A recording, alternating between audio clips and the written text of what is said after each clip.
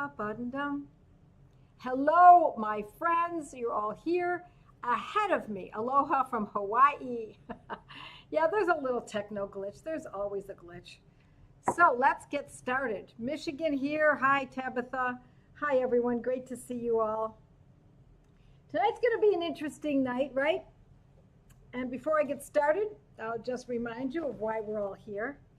My name is Joette Calabrese, and I'm here every Monday night at 8 o'clock Eastern time to do one thing and one thing only, and that is to teach you and to share homeopathy. Information that I have, that I've gleaned over the years, that I've read or studied or experienced or noted in my clinical practice. And so thank you for joining me tonight. And for those of you who already know me, hi, friends. Great to see you all. Hi, Elizabeth. Go Perry, says Phyllis. So, my favorite pediatrician. You may, light. You may already know who I'm going to be telling you about. And let's see if you do. See if you can guess. Because it's really, it's my privilege to to share the information that this very wise man distributed in the 70s, the 80s, and then he passed away. And let's see if you know who I'm talking about. Let's see. Hi, Donna.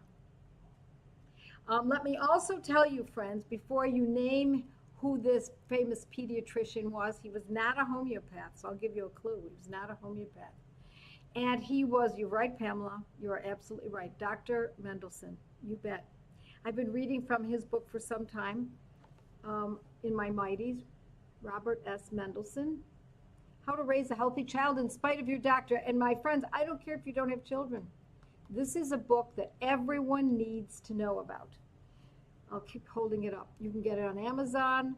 For a long time, it was on Amazon for, like $2. Now it's a little bit more. And then then it's not available any longer. And then you have to go back to it again. Hello from Western Australia. Hi, Tara. Great to see everyone hopping in. Dr. Mendelsohn, he's written other books that I urge you to read. This one is particularly good for anyone who either has children or pets or is dealing with any person that they have charge over and they have to deal with the doctor. So he wrote it as a pediatric book because he was a pediatrician, but all of this can be transferred to other paradigms. When you're taking care of an elderly parent, when you're taking care of a dog, when you're taking care of animals, so it relates also to veterinarians, etc. But tonight, we're going to talk about what he says about measles. So I'm going to be very careful with how I say this. I don't know if censorship is happening in the same fashion that it used to be, but I'm going to be extra careful anyway. And I'm on page 236 if you happen to have this copy. How to Raise a Healthy Child in Spite of Your Doctor by Dr. Robert Mendelsohn. He says, no treatment is required for measles other than bed rest, fluids to combat possible dehydration. Hello, of course, from fever. We always do that. And calamine lotion. I wouldn't use calamine lotion. We would use something homeopathic, a lotion or an ointment from Boron or OHM Pharma or Washington Homeopathic or Helios, etc. Or cornstarch baths to relieve the itching. Now, we also, my friends, have remedies for itching, haven't we? But he was not a homeopath, and we'll talk about itching remedies in a moment for this condition. If the child suffers from photophobia, the blinds in his bedroom should be lowered to darken the room. However, contrary to the popular myth, there is no danger of permanent blindness from the disease. To prevent measles is another element of the MMR given in early childhood. Doctors maintain that the is necessary to prevent the encephalitis, which they say occurs about once in 1,000 cases. Now he gives us his information, his experience as a clinician. I think it was 40 years that he was in practice. After decades of experience with this condition, I question this statistic, and so do many other pediatricians. The incidence of 1 in 1,000 may be accurate for children who live, now this is important, who live in conditions of poverty and malnutrition. We have clean water, my friends. Sewage is carried away, out of sight. We are not plagued by garbage in the streets. But in the middle and upper income brackets, if one excludes simple sleepiness from the measles itself, the incidence of true encephalitis is probably more like 1 in 10,000 or 1 in 100,000. Now, after frightening you with the unlikely possibility of, oh, you want me to go live here? Yes. Okay. After duly frightening you with the unlikely possibility of encephalitis, your doctor can rarely be counted on to tell you of the dangers associated with the he uses to prevent it. The is associated with encephalopathy and with a series of other complications, such as subacute sclerosing hold on, because this word is broken up in one line and on to the next. Panencephalitis, which causes hardening of the brain and is invariably fatal. Other neurological and sometimes fatal conditions associated with the include ataxia, inability to coordinate muscle movements, mental retardation, that we now call maybe a little closer to what we might call autism, might be associated with autism, aseptic meningitis, seizure disorders, and hemiparesis, which is paralysis affecting one side of the body. Secondary complications associated with it may even be more frightening. They include encephalitis, subacute sclerosing, I already said it again, panencephalitis, multiple sclerosis, toxic epidural necrolysis, anaphylactic shock, Ray's syndrome, Guillain-Barré syndrome, blood clotting disorders, juvenile onset diabetes. The reason I emphasize that is because there's so much information about that now today, and even a relationship with Hodgkin's disease and cancer. I would consider the risks associated with unacceptable, even if there were convincing evidence that it worked. There isn't, he says. There isn't. That's his sentence. There isn't. Well, there has been a decline in the incidence of the disease. It began long before the was introduced. And that, my friends, is the crux of these kinds of treatments. The disease often goes into, I'll go this way because it's backwards. The disease climbs and climbs and climbs. In other words, it climbs in the population, and as it climbs, more and more children or whomever are associated, have the disease. And as it goes over the hump, often right about here as it comes down, that's when the is brought to the market and takes all the, shall I say, credit for what occurs on the way down. Because all infectious diseases do that. They have a bell curve, and on the way down, this procedure is put out to the market, and then that is taken all the credit. Now, I could go on. I could keep reading. But I'm going to read a story. One Los Angeles physician who refused to his own 7-month-old baby said, "I'm worried about what happens when the may not only offer little protection against the disease, but may also stay around in the body, working in a way we don't know much about." End of quote.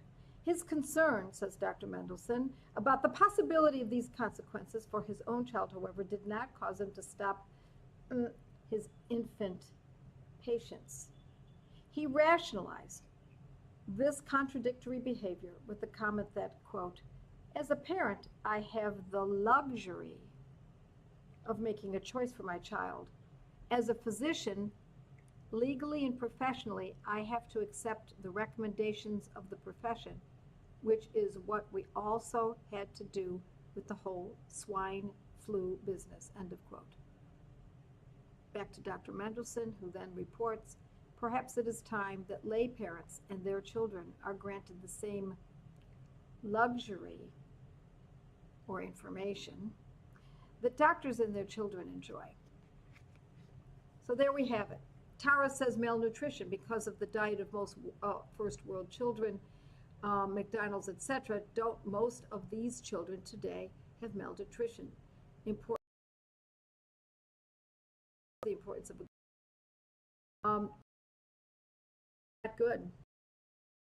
If they're getting some cheese, beef, I would diet no soda, no French fried. That, but at least a hamburger. I wish people could exercise the right to develop naturally acquired lifetime immunity to these childhood infections like those born before 1960. Any one of us can learn how to identify them. Any one of us can learn how to identify them, treat them at home, and prevent complications. Any doctor can learn how to prevent death with the proper medical treatment when needed. No child needs to die of this disease. Right now, far more children die after the you-know-what and are harmed for life, and they never even develop real immunity in exchange for the risk anyway. Thank you, Alice. You're absolutely right about that. So do you see how this book relates not just to children, but to our elderly parents, to our spouse when he's being treated by conventional medicine, when we work with a veterinarian for our chickens, for our cattle, for our puppies and cats. You see how it comes up all the way across? It's very important information, my friends. And so I have to tell you, I normally don't step out of this, step into this realm, I should say, but I'm not advising you. Dr. Robert Mendelsohn is advising you. And you might also want to read his other books. One of them is called Male Practice, M-A-L-E Practice, where he talks about the practice in the field of OBGYN. Everything this man writes is on the mark, in spite of the fact that he doesn't know anything, at least it doesn't show in any of his books, about homeopathy. So the premise of this book is that you can treat most everything that a child is exposed to or gets or is inflicted with, I should say. He says, learn how to treat and diagnose at home, that's emphasized. Everyday colds and flus, childhood illnesses, strep throat, vision and hearing problems, allergies, emotional problems. Allergies, you understand that? Allergies, a chronic condition such as allergies, emotional problems, skin ailments, and everything else you'll need to know about major symptoms and illnesses. And he's not even recommending homeopathy. All he's using is common sense. That's all he's telling us. Just step back. Stay away from getting all of the expert opinions and start thinking for yourself, my friends. Question authority. Question authority. It's so important. Let's see what people are saying.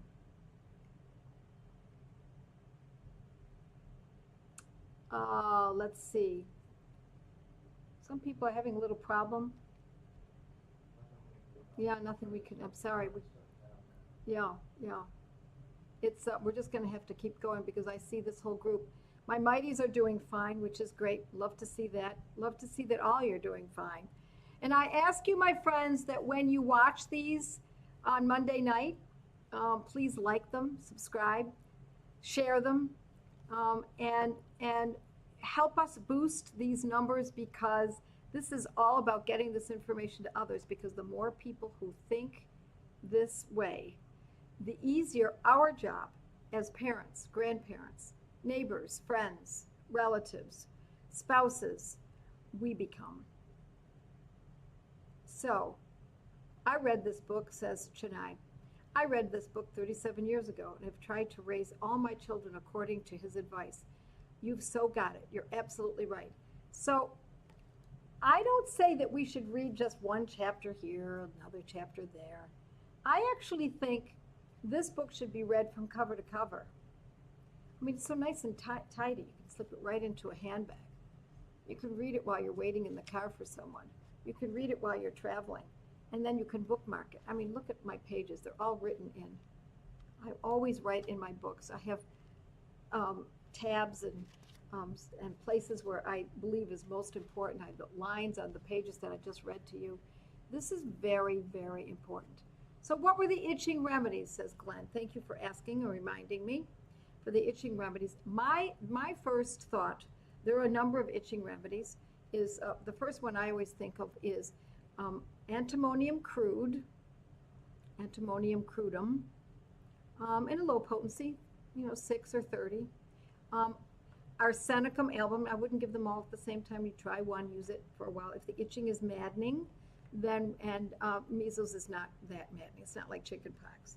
By the way, though, I just have to ask you, how many of you are measles survivors? How many of you survived this illness? When I was in school and I was afflicted, I actually loved it.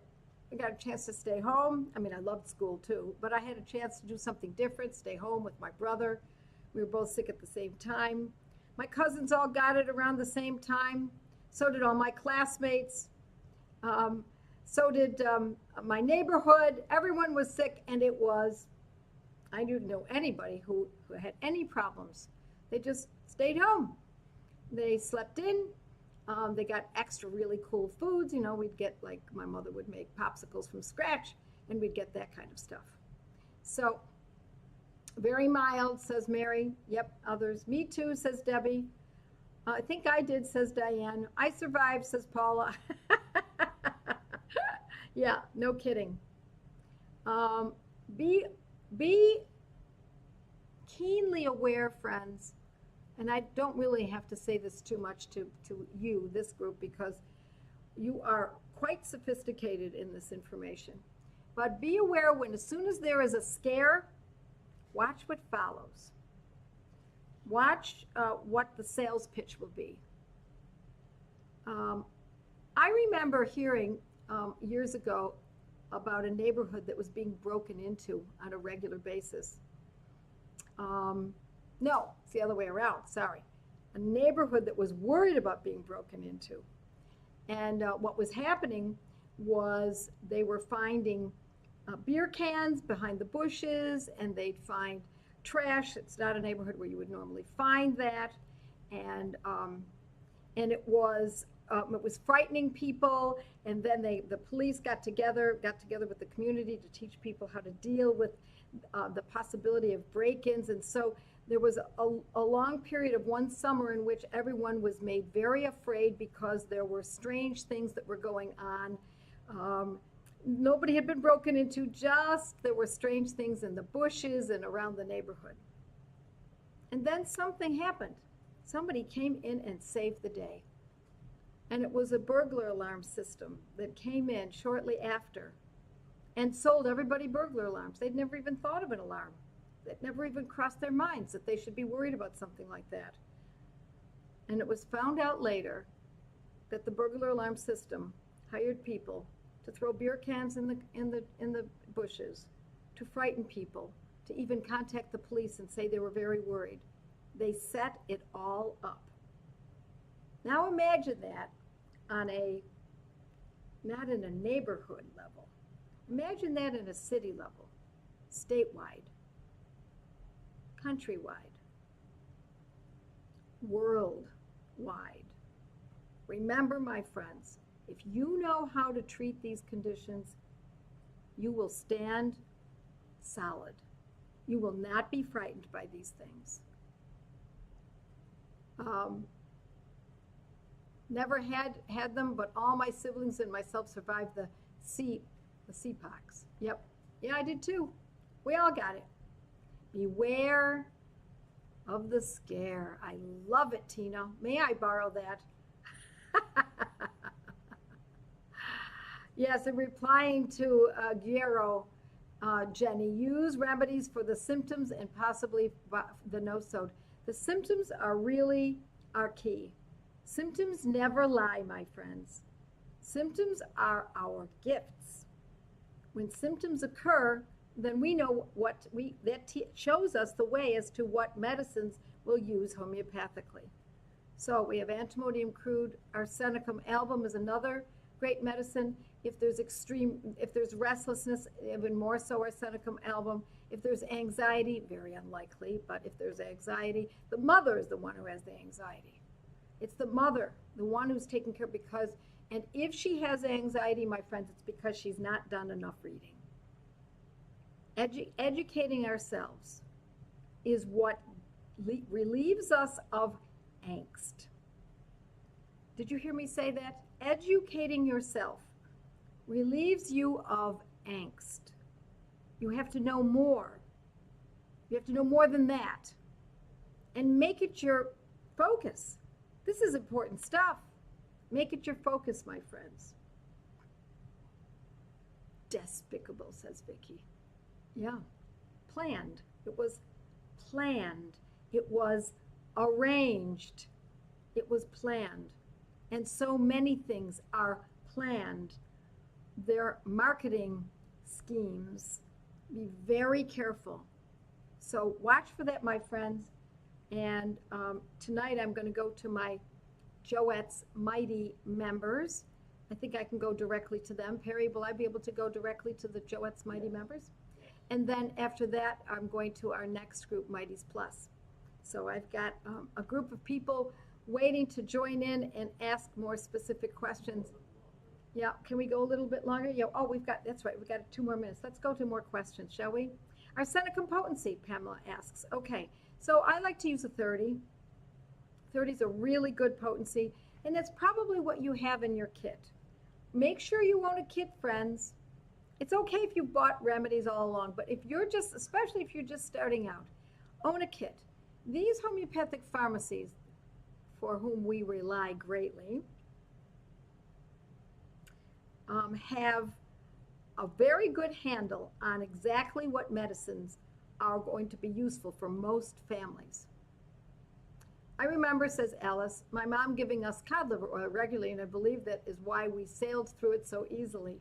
We had chicken noodle soup, Jello, real Jello. In those days, it was real Jello. Cartoons and our PJs and stories at bedtime until we were better. That's it. That's why we loved it, right? Angeline says, I've used homeopathy for many years, and today I'm trying to overcome a serious case of contact dermatitis that has spread beyond the initial allergic area. I've had approximately 8 different remedies in the last 4 weeks. 4 weeks, my friend, you don't need to wait that long. In addition, many of them aggravated my symptoms. Any suggestions? I feel I have chosen some very appropriate remedies. This is what I would suggest. If you think there's any chance that there's something that caused this, such as a medication, maybe you came out of surgery first and then it showed up, if there was anything that was extrinsic coming in, then that can be drug-induced dermatitis, which is a different, it's a horse of a different color. But, and in that case, if that were so, I'm going to suggest that you go to the Banerjee protocol book and look up D, dermatitis. Was it D? No, it's under oh yeah, D, drug-induced dermatitis. And look at that. Now, because there's an added medicine in there that you need to rotate. And so I'm not going to go into it all right now, because that would be just spending too much on one particular case. And also go to Joette's Learning Center and scroll down to my Learning Center and scroll down to Skin the Ugly Truth, because I give you all of the medicines that need to be considered when we have something going on like this. Okay, measles, mumps, chickenpox, survived them all, as did 3 siblings, several cousins, neighbors, fellow students. friends, no one I knew had complications from these childhood diseases. There we go. Alrighty, my friends, it's 8:30 Eastern Time. I'm going to dash off. I'll see you next week. Love your participation. And if you're in a Mighties, then you're going to stay with me a little bit longer, and we'll carry on through the Mighties group. Alrighty. Hi, Mighties.